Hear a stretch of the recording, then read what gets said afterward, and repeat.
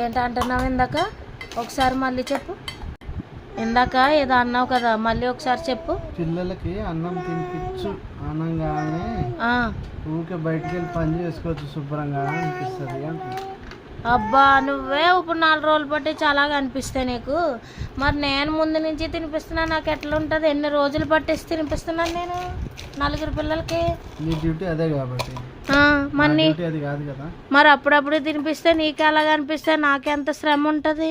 ఎవరికైనా అదే అనిపిస్తుంది. అప్పుడప్పుడు తినిపించేటప్పటికి ఎవరికైనా అదే అనిపిస్తుంది.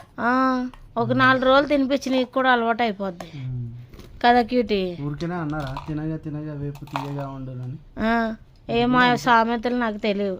చూసారా ఫ్రెండ్స్, ఒక్కసారికి అన్నం తినిపించాలంటే పిల్లలకి పనికి వెళ్ళిపోయి బయటకు పనికి వెళ్ళిపోయి చేసుకుంటే బెటర్ అనిపిస్తుందంట ఈ ఎండకి.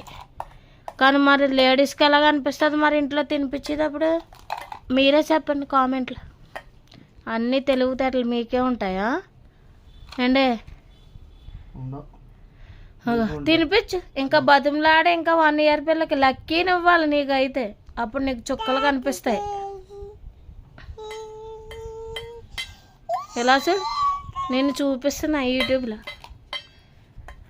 చూపించుకో, అందరు నా తరపునే ఉంటారు, కావాల్సి చూసుకో. అంత లేదు, చూద్దామా? చూద్దాం. బెట్ ఎంత? 1,50,000 అంట. ఫ్రెండ్స్, ఎవరిని గెలిపిస్తారో గెలిపించండి. మా ఆయన్ని గెలిపిస్తారో నన్ను గెలిపిస్తారో గెలిపించండి. మీరు మంచోళ్ళు కదా, సబ్స్క్రైబ్ చేసుకోండి. అలాగే మీరు చేసుకుంటారు నాకు తెలుసు. లైక్ కూడా చేయండి, కామెంట్ మాత్రం మర్చిపోకనే. 1,50,000 అంటే మాటలు కాదు కదా.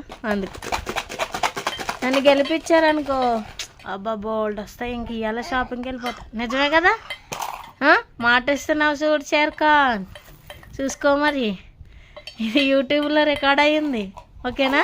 సరే, బాయ్ అయితే. Bye friends.